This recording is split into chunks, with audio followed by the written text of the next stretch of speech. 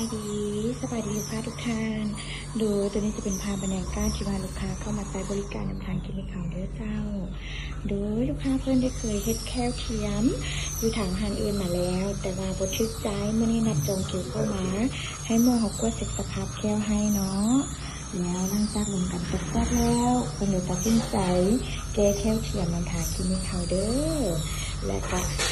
หลังจากกดแค่เบิ่งเรียบร้อยแล้วก็จะมีเป็นตัวหักแค่หนำโดยถ้าว่าลูกค้าท่านได้สนใจอยากเข้ามาปรึกษาหรือว่าเคยเฮ็ดมาแล้วแต่อยากเปลี่ยนใหม่หรือว่าปัญหาต่างๆเกี่ยวกับแก้วนะเจ้า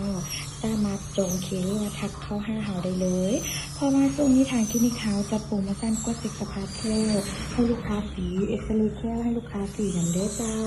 สถานที่ของพวกเขาตั้งอยู่บ้านทัดร่วงกลางเมืองไสเซท่านครร่วงเวียงจันทร์หรือติดต่อจองคิวได้ที่เบอร์020